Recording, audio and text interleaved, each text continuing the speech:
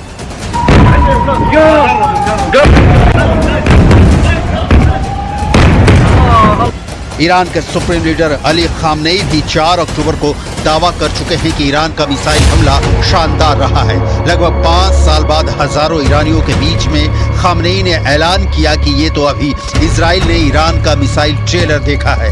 अगर जरूरत पड़ी तो ईरान इजराइल के वजूद को मिटाने के लिए बहुत बड़ा मिसाइल हमला कर सकता है। हम आपको दिखाते हैं कि ईरान को अपनी मिसाइल ताकत पर इतना जबरदस्त भरोसा कैसे है कि वो अमेरिका, इजराइल, पश्चिमी और यूरोपीय देशों को एक साथ धमका रहा है। जरा ये वीडियो देखिए। ये वो ईरानी मिसाइलें हैं जिनके दम पर इजराइल पर हमला किया गया है। वीडियो में आप साफ देख सकते हैं कि अली खामनेई ने 10 महीने पहले ही ईरान की एक मिसाइल की पूरी जानकारी अपने टॉप कमांडो और जनरलों से लेना शुरू कर दी थी। खामनेई को अंदाजा लग गया था कि गाजा युद्ध पहले लेबनान तक पहुंचेगा और उसके बाद उसकी आग ईरान तक पहुंचेगी। वीडियो में साफ देखा जा सकता है कि खामनेई ईरान की घातक मिसाइलों को देखकर काफी जोश में दिख रहे हैं। क्रूज, बैलिस्टिक और हाइपरसोनिक मिसाइलों को खामनेई एक के बाद एक देखते जा रहे हैं। वीडियो लगभग 10 महीने पहले का है। इस वीडियो में खामनेई को ईरानी सेना के चीफ और टॉप कमांडर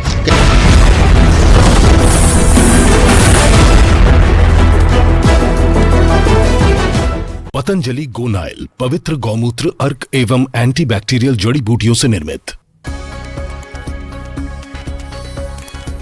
हरियाणा में लगातार तीसरी बार ऐतिहासिक जीत की ओर बीजेपी 50 सीटों पर बनाई बढ़त, कांग्रेस का सत्ता में आने का सपना चकनाचूर।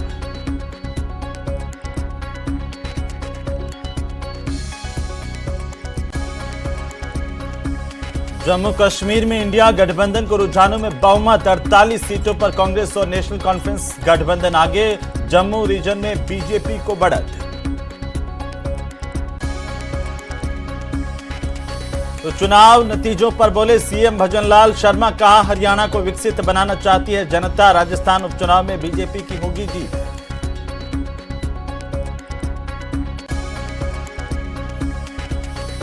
मंत्रियों के काफिले में नहीं होनी चाहिए एस्कॉर्ट जैसी व्यवस्था, मंत्रियों के वीआईपी कल्चर पर बोले डॉक्टर किरोड़ी लाल मीणा, कहा एस्कॉर्ट व्यवस्था खत्म होने से जनता को मिलेगी राहत। पतंजलि गोनाइल पवित्र गौमूत्र, अर्क एवं एंटीबैक्टीरियल जड़ी बूटियों से निर्मित।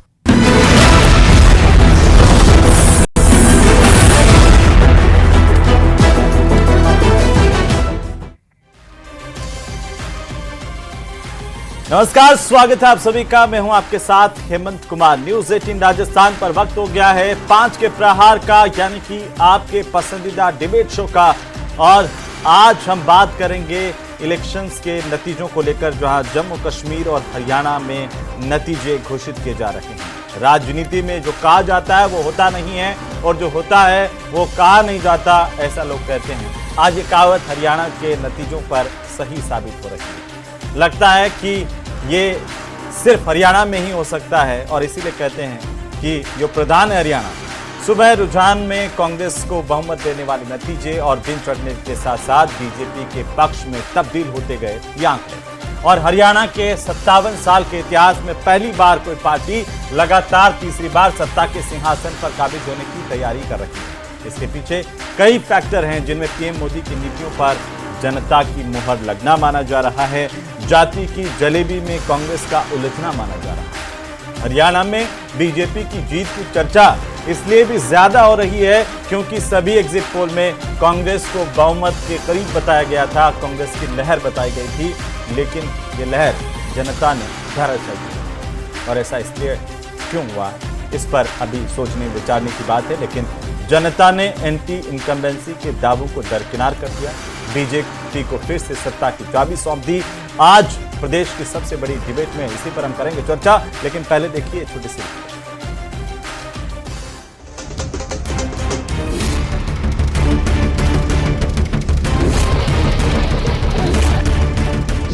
हरियाणा में बीजेपी का जादू बरकरार।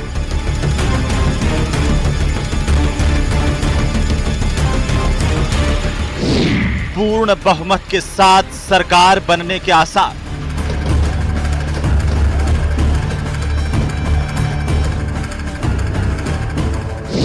एंटी इनकम्बेंसी के दावे दरकिनार।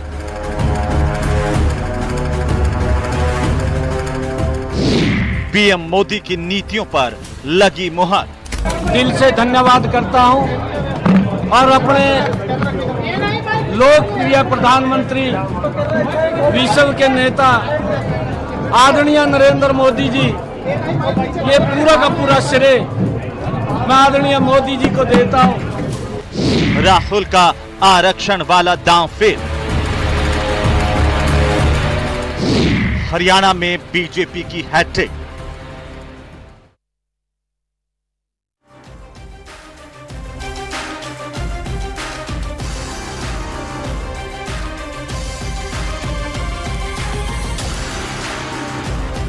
तो आखिरकार हरियाणा में ऐसा कौन सा जादू चला जिससे पॉलिटिशियंस भी भांप नहीं पाए, और जितने दावे थे राजनीतिक दलों के तौर पर अगर विपक्ष के हरियाणा में, तो वो भी धराशायी हो गए। बीजेपी बहुमत हासिल करने में कामयाब रही है और लगातार तीसरी बार हरियाणा के 57 साल के इतिहास में कोई राजनीतिक दल सत्ता पर काबिज होने जा रहा है।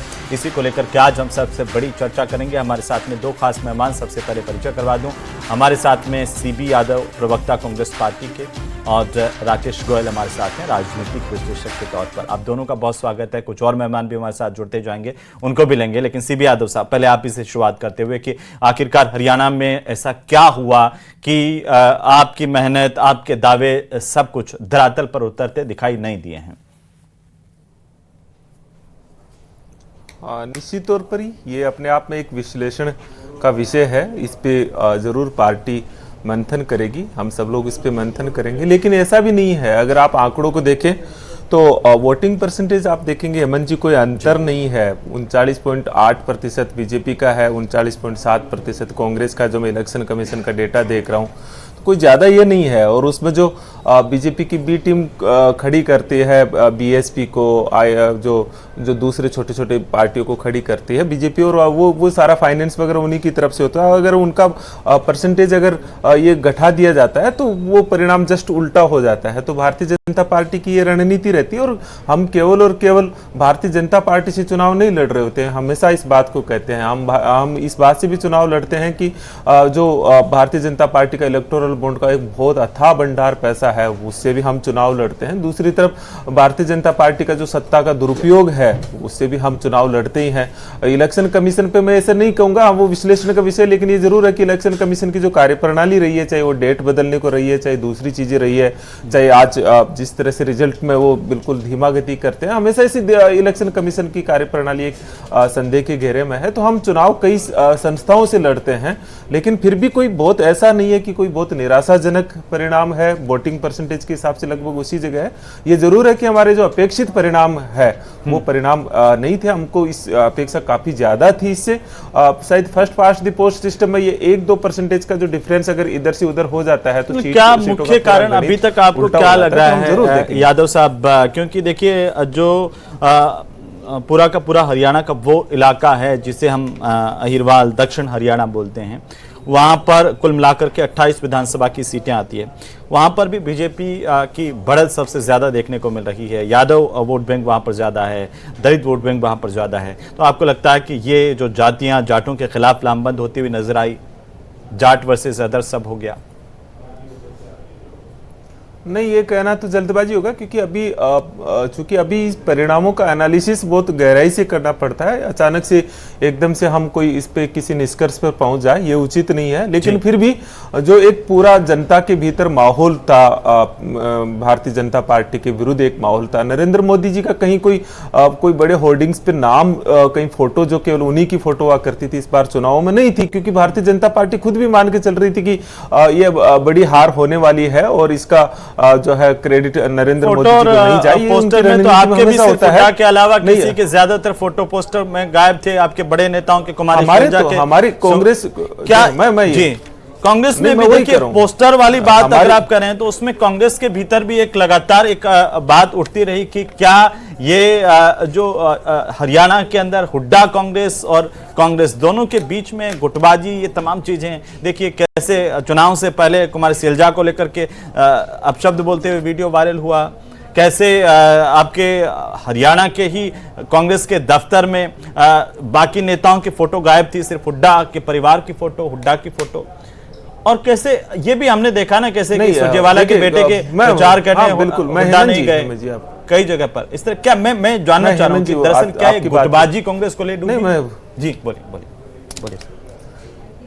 देखिए, कांग्रेस और भारतीय जनता पार्टी की जो आप कभी भी इलेक्शन रणनीति देखोगे या उनकी राजनीति के तरीके देखोगे, उसमें हमेशा से ये अंतर है, क्योंकि भारतीय जनता पार्टी नरेंद्र मोदी जी का चेहरा आगे करती है, उसको महिमा मंडित करती है, केवल उनके अलावा कोई दूसरे नेताओं की फोटो भी नहीं रहती है। मंच पे भी देखोगे तो नरेंद्र मोदी जी जब रहते तो कोई नेता उनके पास में आके हाथ मिलाने की हिमाकत भी नहीं कर सकता।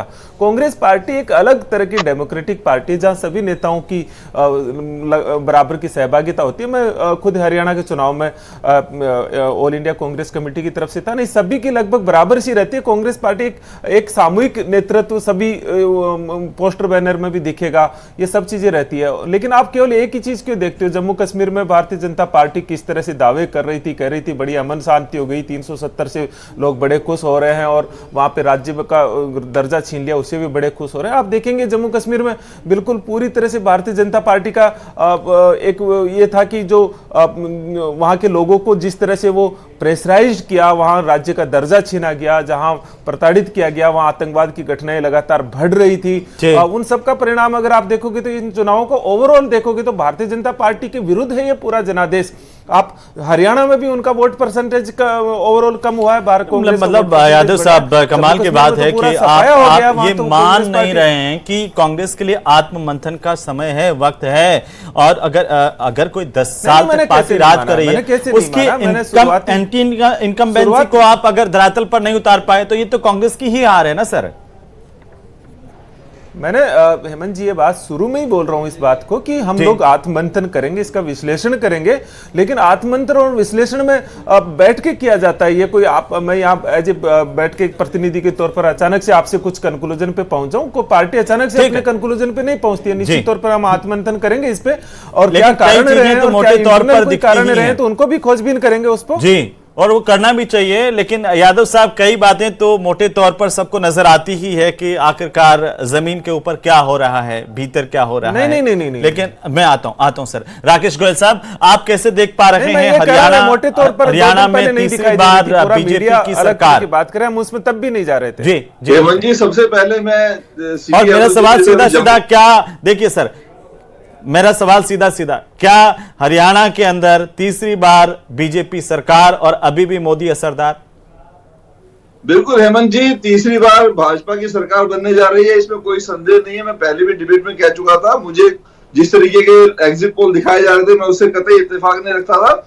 बड़े बड़े चैनलों मैंने यही बोला कि ये एग्जिट पोल बिल्कुल उलट हो जाएंगे। जैसे छत्तीसगढ़ हमने इलेक्शन देखा, भाजपा के बिल्कुल वहां पे हार दिखा रहे थे और कांग्रेस की भारी बहुमत से विजय दिखा रहे थे। उसके बाद जब नतीजे जो है वो बिल्कुल उसके उलट थे, चमत्कारिक नतीजे थे और लगभग कांग्रेस का सुपड़ा साफ हुआ। ऐसे ही सेम नतीजे जो है, जितना कमजोर भाजपा को दिखाया जा रहा था हरियाणा के अंदर, भाजपा उतनी कमजोर नहीं थी। उसने अपने कुशल नेतृत्व के द्वारा इस जो उनके लिए एक नैरेटिव फैलाया जा रहा था कि किसान उनके खिलाफ है, लोग उनके खिलाफ है, युवा उनके खिलाफ है, बढ़ चढ़कर युवाओं ने, किसानों ने, महिलाओं ने भाजपा के पक्ष में वोट दिया और भाजपा तीसरी बार सरकार बनाने जा रही। जिस तरीके से नरेंद्र मोदी जी ने तीसरी बार भारत के प्रधानमंत्री के रूप में शपथ ली, हरियाणा के अंदर भी भाजपा का ही सीएम तीसरी बार शपथ लेने जा रहा है। और मैं सीवी यादव जी की एक बात जम्मू कश्मीर के लिए, इन्होंने बोला कि 370 हटाने से लोग परेशान थे। क्या आप परेशान थे यादव जी?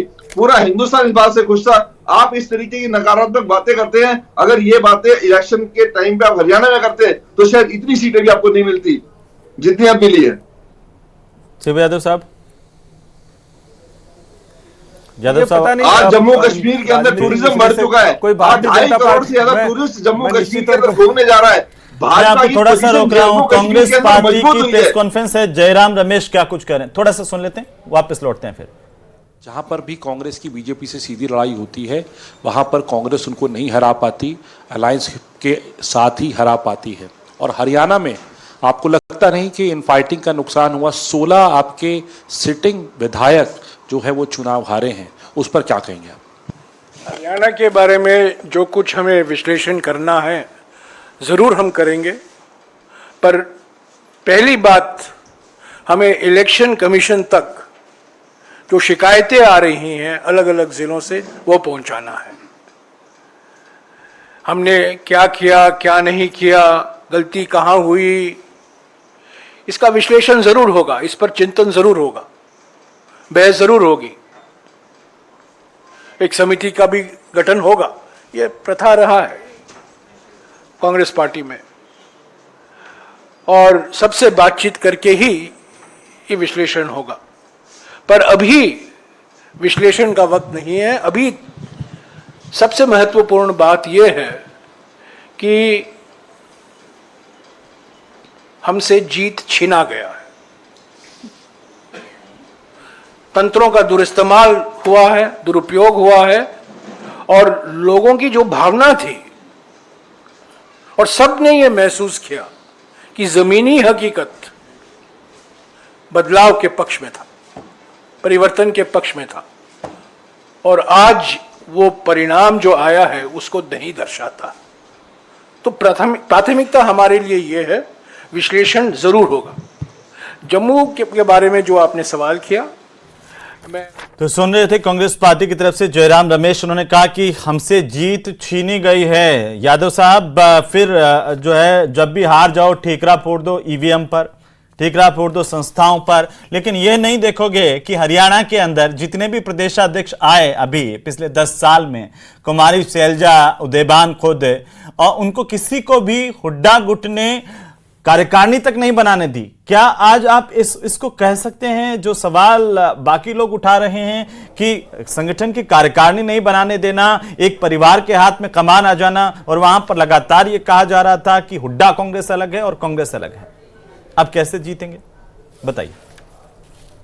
देखिए हेमंत जी, ये सारी बातें आज आप कर रहे हैं, बाकी जो भी राजनीति को थोड़ा सा भी समझते हैं, जमीन पर जहां पूरा का मैं आज नहीं करा सर, ये तो पिछले लगातार लंबे समय से बताइए, एक के बाद आप बता दीजिए, आप बता दीजिए, आप तो देखते हैं सारी चीजें अपनी परिवार के भीतर। क्या हरियाणा का संगठन है, हरियाणा में कांग्रेस का, बताइए, क्या जिलाध्यक्ष हैं, क्या बाकी तौर पर आप जो कह रहे हैं, देखिए जी, देखिए आप जो कह रहे हैं उन सब बातों का विश्लेषण होगा, और निश्चित तौर पर ये बात, इस बात में काफी हद तक सत्यता है कि हरियाणा में जो कांग्रेस पार्टी का जो स्ट्रक्चर, जो संगठन नीचे है, वो काफी हद तक बना नहीं था। इसमें कुछ कमजोरियां थी, लेकिन चुनाव प्रदेश में संगठन ही नहीं है, फिर आप कहते हैं कि हमसे तो संवैधानिक संस्थाओं ने जीत छीन ली है, बताइए।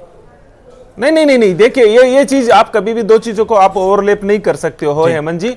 इस बात में कोई डाउट है क्या कि इलेक्शन कमीशन की जो कार्यप्रणाली है उसको लेकर के कहां संदेश, इसको लेकर के कांग्रेस पार्टी लगातार, अब नहीं लोकसभा चुनावों में हमने देखा, विभिन्न विधानसभा चुनावों में देखा, जहां 4 राज्यों में एक साथ चुनाव होने थे, वहां इलेक्शन कमीशन जहां एक देश एक चुनाव करवाना चाहता है, वहां पर ये 4 राज्यों का चुनाव नहीं करवा पाए, और फिर डेट चेंज कर रहे हैं। और आज इस तरह से शिकायतें आ रही है, जयराम रमेश जी जिस तरह से उनके पास बहुत सारी कंप्लेंट्स है, जिले वाइज कंप्लेंट्स है, तो उनपे चुनाव आयोग को जो एडमिट करवा रहे हैं, तो निश्चित तौर पर इलेक्शन कमीशन की कार्यप्रणाली सदैव से एक संदेह के घेरे में है, इसमें कोई नहीं है। लेकिन कांग्रेस पार्टी नहीं बोले कि भाई उदयभान को कार्यकारिणी नहीं बनाने दी, कुमारी शैलजा को लगातार दरकिनार किया गया। हाँ बोल लीजिए, बोल लीजिए। हेमंत जी, इतनी बात तो तय है कि जमीन पर जो पूरा जो जनता के भीतर जो आक्रोश था, विशेषकर अग्निवीर योजना के खिलाफ आक्रोश था, किसानों में जो आक्रोश था, बीजेपी के नेताओं को गांव में घुसने तक नहीं दिया जा रहा था। ये तो हम सब मीडिया के भीतर रिपोर्टिंग देख ही रहे थे। आम जनता में महंगाई के विरुद्ध आक्रोश था। तो ये तो बिल्कुल एक क्लियर कट चीज थी कि वहां जो है कांग्रेस पार्टी एक बड़ी बढ़त की तौर थी। और अभी भी वोटिंग परसेंटेज में हेमंत जी कोई अंतर नहीं है, लगभग बराबर का वोटिंग परसेंटेज है। कांग्रेस और बीजेपी का अंतर नहीं है, लेकिन कांग्रेस पार्टी बड़ी लीड की ओर थी। लेकिन इसमें बात सच है कि संस्थाओं का दुरुपयोग सदैव से भारतीय जनता पार्टी करती आई है। इसमें भी संस्थाओं का दुरुपयोग की पूरी संभावना है। लेकिन फिर भी हम थोड़ा और इंतजार करेंगे, हम और आत्ममंथन करेंगे और देखेंगे कि हमारे साथ में भारतीय जनता पार्टी के प्रवक्ता भी जुड़ चुके हैं। विकास भारत जी आए हैं, देर आए हैं, जीत के जश्न में डूबे हुए हैं, लेकिन फिर भी भारत साहब स्वागत है आपका, देर आए दुरुस्त आए।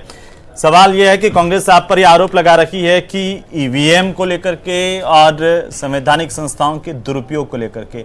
जयराम रमेश का बयान हमने सुना अभी कुछ देर पहले, मैंने तो ईवीएम का नाम नहीं लिया। कांग्रेस ने कहा कि हमसे जीत छीन ली गई है। बोलिए। देखिए, मैं आपको बताऊं कि अपने आप में इससे हास्यास्पद बात कुछ नहीं हो सकती। अब इनको कोई कैसे समझाए कि कल जब लोकसभा चुनाव में 99 सीट आई तो राहुल बाबा पूरे देश विदेश में खुशी से झूमते हुए घूम रहे हैं, कह रहे हैं लोकतंत्र जिंदा है, चुनाव आयोग ने निष्पक्षता से चुनाव करवाए। आज 2 राज्यों के चुनाव में से एक राज्य में इनका अलायंस जो है वो बढ़त में है, लेकिन दूसरे राज्य में अगर हमारी जीत होती है तो वहां फिर लोकतंत्र खतरे में है। ये देखिए, ये अपमान भारतीय जनता पार्टी की सरकार का नहीं कर रहे हैं, ये अपमान कर रहे हैं सीधा सीधा संविधान का। जिस संविधान ने ये संस्थाएं बनाई, जिस संविधान ने ये व्यवस्था बनाई, अगर इनको चुनाव जहां पर जिता दिया जाता है वहां पर ईवीएम भी सही होती है, चुनाव आयोग भी निष्पक्ष होता है, एजेंसियां भी बिल्कुल सही होती हैं। लेकिन अगर जनता इनको दरकिनार कर देती है तो वहां पर देखिए सब कुछ गलत होता है। इस दुनिया में सिर्फ और सिर्फ सही हरिश्चंद्र यही बच जाते हैं।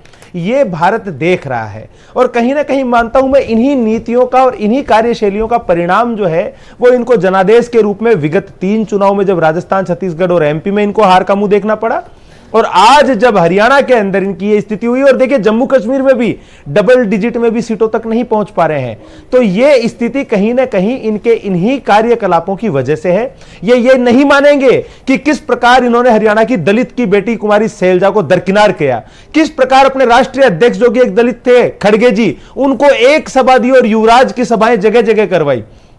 नहीं मानेंगे और ये कह रहे हैं गांव में नहीं घुसने दे रहे थे। अरे भैया, ये भारत है, यहां का लोकचार है। आप अगर गांव में कुछ लोग असामाजिक तत्व खड़े करके और लोकतंत्र का बहिष्कार करवाओगे तो वो गांव वाले कृत संकल्पित होते हैं कि ऐसे लोग अगर सत्ता में आ गए तो क्या करेंगे, और वहां से भर भर के वोट मिले हैं। जहां जहां आपने ऐसी हरकतें करवाई वहां से भारतीय जनता पार्टी को भर भर के वोट मिले हैं। ये वोट मिले हैं लोकतंत्र की बदौलत, ये वोट मिले हैं नरेंद्र मोदी जी की 10 साल की कार्यशैली की बदौलत, वोट मिले हैं मनोहर लाल खट्टर जी और नायब सैनी जी के नेतृत्व की बदौलत, तो ये वोट मिले हैं सतीश पुनिया जी के प्रभारी रहते हुए उनके कौशल की बदौलत। नहीं, फिर खट्टर साहब को बदल क्यों दिया गया? इतना बेहतरीन काम कर रहे थे तो देखिए उन्होंने राज्य में बेहतरीन काम किया। अब केंद्र में उनकी जरूरत महसूस हुई तो उनको तो प्रमोट किया गया है, बदल के उनको कोई डिमोट थोड़ी ना किया गया है। जब उन्होंने एक राज्य को, आप जहां पर रोज नौकरियां बिकती थी, जहां पर रोज घोटाले होते थे, जहां पर एक परिवार का पूरा बाहुबल था, उस राज्य को आज लाकर भारत के साथ बढ़ते हुए विकसित भारत के साथ खड़ा किया मनोहर लाल खट्टर जी ने, तो पूरे देश को इस प्रकार का नेतृत्व दे पाए तो उनको एक मंत्रालय की जिम्मेदारी दी गई है। और देखिए, आप देखिए इनके यहां क्या होता है, इनके यहां क्या होता है, जब पुराने सीएम नए सीएम कायम करते हैं तो एक दूसरे के लिए रस्साकसी होती है। लेकिन देखिए नायब सैनी जी और मनोहर लाल खट्टर जी दोनों ने मिलकर भारतीय जनता पार्टी को जिताने के लिए किस जी जान से एक रूपता के साथ जो मेहनत करी है वो भी अपने आप में अनुकरणीय है और कहीं ना कहीं पार्टी के अनुशासन की बयानगी। सीबी यादव जी जल्दी से टिप्पणी, क्योंकि ये बार-बार आरोप लगता है कि आप जब भी हारते हैं वहां पर ईवीएम को दोषी दे देते हैं और जहां पर जीतते हैं वहां कहते हैं कि लोकतंत्र जिंदाबाद है, हम तो अपनी मेहनत से जीते हैं। देखिए हार की जिम्मेदारी भी तो लीजिए, बात नहीं हुई, लेकिन ये बात नहीं हार की जिम्मेदारी तो उसके लिए साहस ये होता है, साहस का भाव है। आप जो है ना विकास जी, आपके बीच में हम बिल्कुल बात नहीं बोलेंगे। आप भी बोले थे एक लाइन, एक हमने बोल दी, साहब बराबर। तो हेमंत जी, ये बात हार की जिम्मेदारी तो जनता का जनादेश अंतिम तौर पर है, जिसको स्वीकार करना चाहिए, जिसका सम्मान करना चाहिए। कांग्रेस पार्टी इससे कभी इनकार नहीं कर रही, लेकिन आप ये कह रहे हो कि ईवीएम एक अलग मुद्दा है जिस पे हम अलग तरह से बहस करते हैं। अभी जो बात ये कहें कि इलेक्शन कमीशन की कार्यप्रणाली निष्पक्ष है, ये ना तो लोकसभा चुनाव के दौरान कहा गया, ना लोकसभा चुनाव के बाद कहा गया, ना विधानसभा चुनाव ये शुरू हुए तब भी कांग्रेस पार्टी करी। ये तो बिल्कुल अंधे को भी दिखता है कि इलेक्शन कमीशन किस तरह से काम कर रहा है। इलेक्शन नहीं, रणनीतिक तौर पर तो देखिए आप कहीं ना कहीं विफल हुए हैं सीबी यादव जी, और बीजेपी की रणनीति धरातल पर मजबूत रही है। ये अब इस वक्त देखने को मिल रहा है, कहीं उम्मीदवारों के चयन का भी हो सकता है, वो आप मंथन करेंगे अपने हिसाब से। लेकिन हमारे साथ देखिए राजनीतिक विश्लेषक के तौर पर राकेश गोयल साहब भी हैं। गोयल साहब, ये 5वां राज्य है जहां पर बीजेपी ने तीसरी बार सरकार बनाने की तरफ अग्रसर हो रही है। इससे पहले गुजरात में, गोवा में, मध्य प्रदेश में, छत्तीसगढ़ में जो है हैट्रिक भारतीय जनता पार्टी की लगी और सरकार बनाने में कामयाब रही बीजेपी। लेकिन अब अगर हम देखें तो भारतीय जनता पार्टी की इस विजय के पीछे सबसे बड़े कारण आप क्या मान रहे हैं? 3 कारण, और कांग्रेस की हार के 3 कारण क्या हैं? बस उसके बाद खत्म करेंगे। देखिए हेमंत जी, सबसे बड़ा कारण इसके पीछे रहा है कि जो झूठ फैलाया जा रहा था कांग्रेस के द्वारा कि किसानों के मुद्दों को लेके, बीजेपी ने 24 से ज्यादा फसलों पर एमएसपी निर्धारित की, किसानों को समझा सके, अपनी बात उन तक पहुंचा सके, उसमें सफल रहे पूरी तरीके से नेतृत्व। दूसरे नंबर पे जो महिलाओं के लिए उन्होंने कुछ कल्याणकारी योजनाओं की बात की, वो बढ़ चढ़कर जो महिलाओं का वोट जो भाजपा की तरफ गया है, जो हमारी मातृशक्ति ने भाजपा के अंदर विश्वास जताया है, उसका एक बड़ा कारण मुझे लगता है। और तीसरा कारण वो कहीं ना कहीं समाज को, जैसे योगी आदित्यनाथ जी आए या बाकी और बड़े उनके स्टार प्रचारक थे, उन्होंने बीजेपी की सभाएं भी, रैलियां भी ज्यादा रही कांग्रेस की। बटोगे तो कटोगे, और इस तरीके की जो तुष्टीकरण की राजनीति जो कांग्रेस करती है उसके खिलाफ उन्होंने जिस तरीके से एकजुटता दिखाई, लोगों को इकट्ठा किया, तो मुझे लगता है वो भी एक बड़ा कारण रहा कि काफी बड़ी मात्रा में यूथ ने भाजपा के पक्ष में मतदान किया, और यही कारण है कि जीत है। अदरवाइज कोई कारण नहीं है कि इतनी भारी संख्या, पिछली बार से भी ज्यादा बहुमत से जीत रही है भाजपा। बिल्कुल, बहुत शुक्रिया आप सभी मेहमानों का चर्चा में शामिल होने के लिए। कुछ बातें हैं जो लगातार चलती रहेंगी और चलती रहनी भी चाहिए, क्योंकि इस जीत के बाद में कई तरह से हार जीत के को लेकर के चर्चाएं भी होगी। पॉलिटिक्स की कहीं ना कहीं हार हुई, क्योंकि जो दावे पोल्स में किए जा रहे थे वो दावे धाराशायी कहीं ना कहीं हो गए, लेकिन जनता सर्वोपरि है, ये मानना चाहिए।